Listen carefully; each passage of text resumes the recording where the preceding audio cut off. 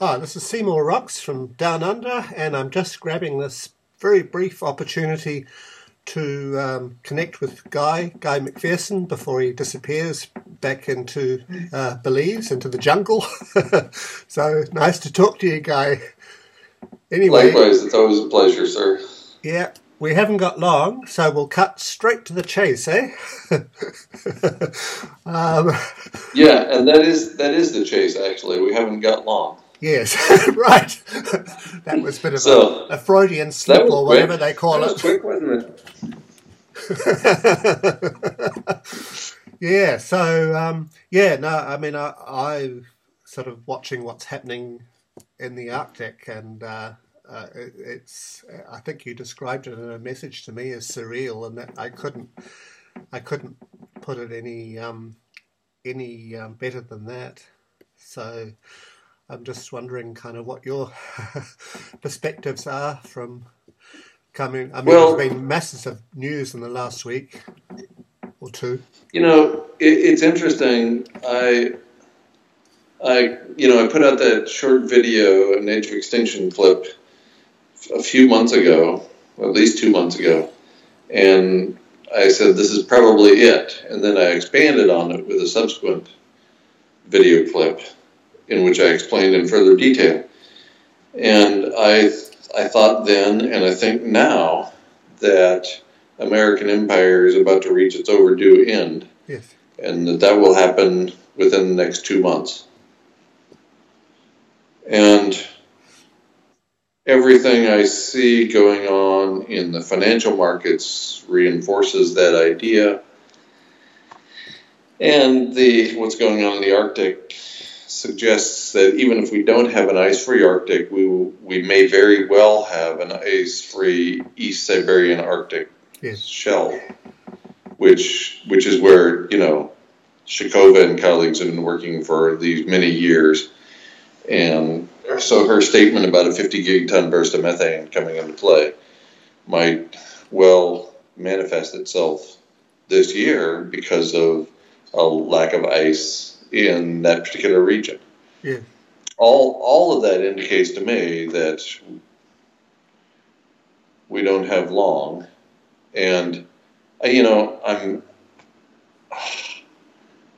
It's one of those cases where I don't want to be correct about this. I really want to have an extra year. I would love an extra year, and it's interesting because we grew up thinking that we would have forever. Yes.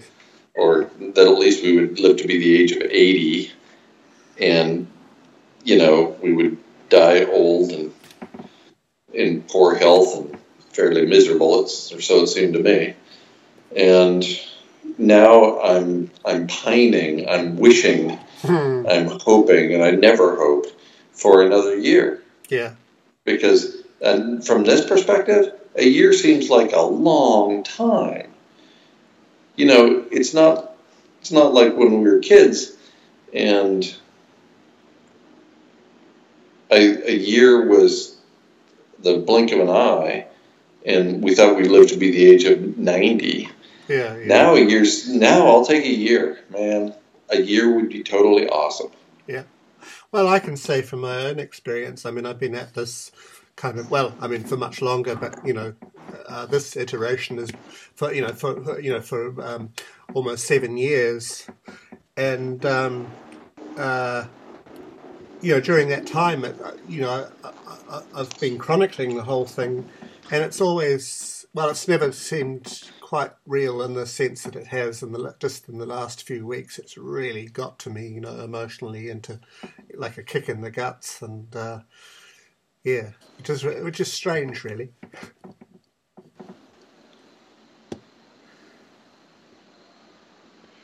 Yeah, and you're in poorer health than I am. I'm in quite good health. Yes. And I'm involved in a relationship that I love and that makes me feel good. And the circumstances of my life give me, at this point, many reasons to want to hang in there for another year and it's not like it was 2 years ago and 3 years ago and 5 years ago when, one, we didn't understand fully the impacts of global dimming, at least I didn't, and my own personal life was plagued by challenges, we'll say. Now, after all this time being defamed and libeled and slandered and had all those horrible things said about me, now it couldn't be more obvious that what I've been saying all along is rooted in evidence and is right on, if not conservative. Now the people who attack me do so only on the basis of personality, not evidence. Yeah, yeah. And I've been largely vindicated. And I don't give a shit anymore. Yeah. You know, it used to really bother me when people of some stature in the climate change community, for example, would call me names. And now I view the lens increasingly, I view the world increasingly through the lens of absurdism. And so now it's all just a big joke to me. And I just couldn't care less what other people think of me. To a far greater extent than I've ever felt that in my life. Yeah. Maybe it's just me growing up and realizing I don't need the validation of others to remain happy. Yeah, well, I mean, I hope I'm not being trite, but to misquote you, you know, at the edge of extinction, only insanity remains. And I'm seeing more and more signs of that. I mean, people who, you know, should have rational minds and be able to sort of discern reality are increasingly unable to do so. Right. And that's on and every level that I'm looking at, you know.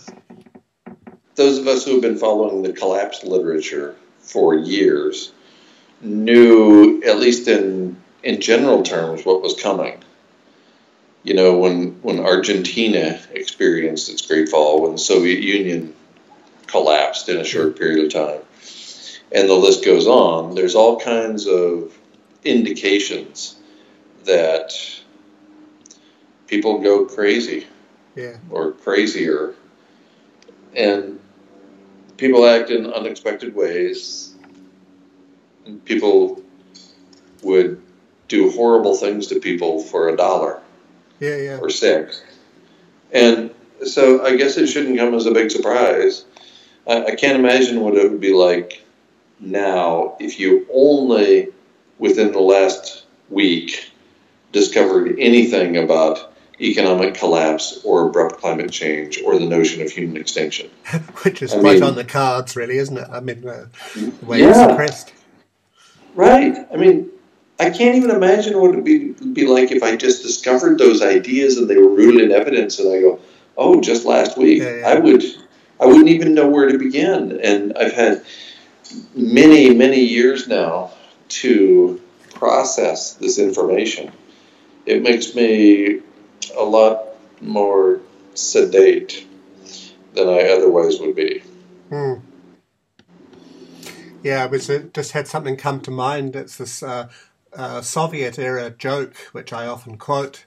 It's about a train that's caught in a snowdrift, and, you know, Lenin says, come on, let's get out and dig ourselves out. And then Stalin says, shoot the driver, and it goes on like that. And then Brezhnev says, pull the blinds and let's pretend we're moving.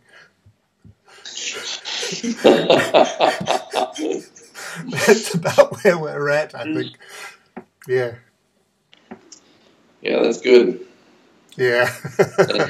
and basically we've been pretending, as James Howard Kunstler and others have pointed out, we've been pretending for a long time. Oh, yeah. I mean, since before 2008, you know.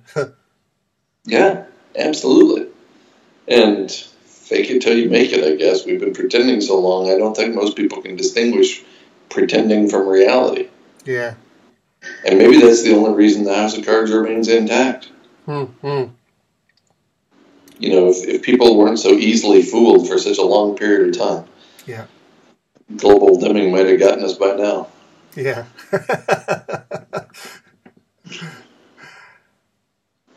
and that was the thing that really got me started on this, because where I first heard about the methane clathrate gun was through that BBC documentary on global dimming, and and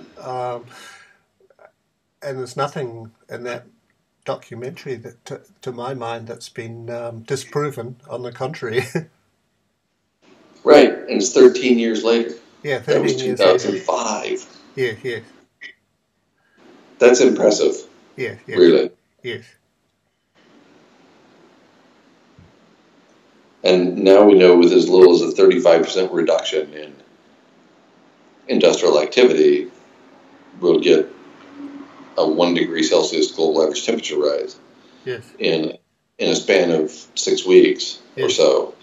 And wow, there's just no way for organisms to keep up with that. Trees can't keep up, grasses can't keep up, essentially no plants can keep up. Yeah. And yet we got people who are absolutely convinced they're going to survive forever in their bunker. To what end? Yeah. Well, that's right. Or in a nuclear submarine. Yeah. Right. I don't understand. Well, it's an extraordinary argument, isn't it? To say that because whatever person and a few others might survive in a nuclear submarine, that disproves the idea of near-term extinction. It's preposterous. Right. Functional extinction is here as soon as the house of cards comes down, yes. Or really with a relatively minor global average temperature rise. Yes. So that's functional extinction.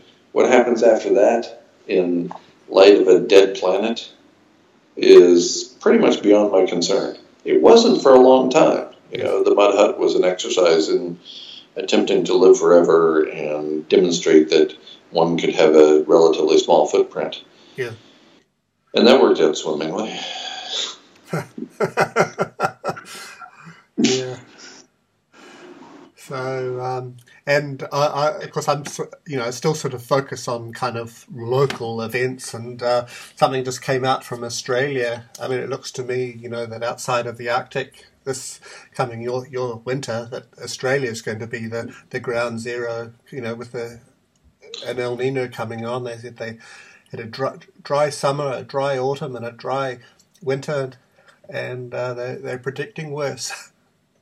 Right, and the Dust Bowl that never ends, yes. that I predicted years ago, looks like it's underway in the Southwest United States. Yes, I know.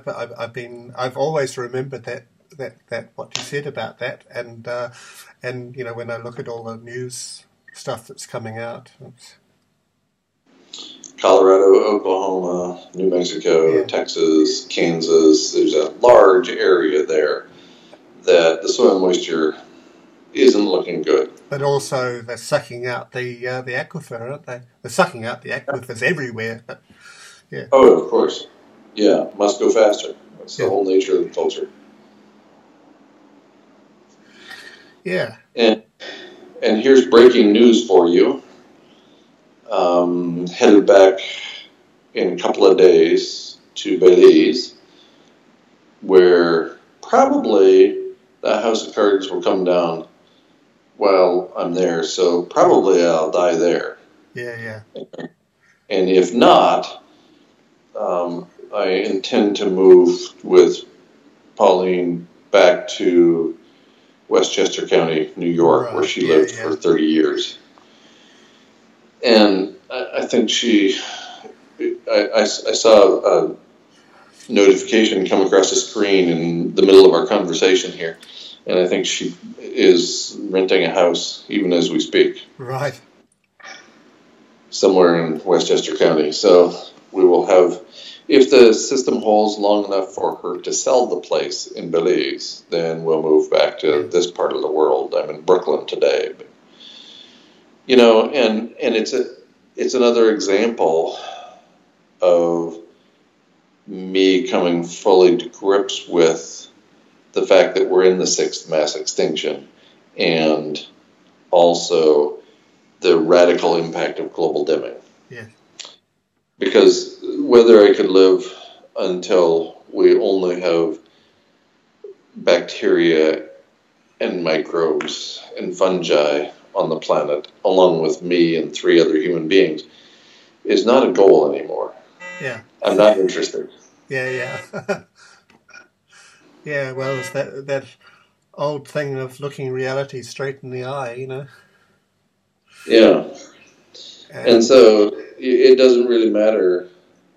It matters how much time I have because of the great joy I have found in my life.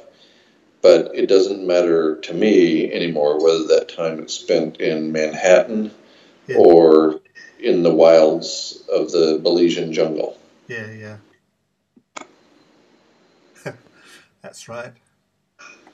And you may as well be, you know, surrounded, well, Pauline at least by, you know, by people that she loves. And Yes. And the sad part is Michelle moved down there from Indianapolis on January 1st of this year as a scout for her family yes, to to stake the way, as it were. And her husband Rob was going to move down there mm-hmm.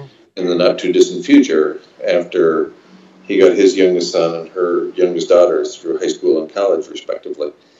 And so we established a very wonderful relationship, Mm, the 3 of us.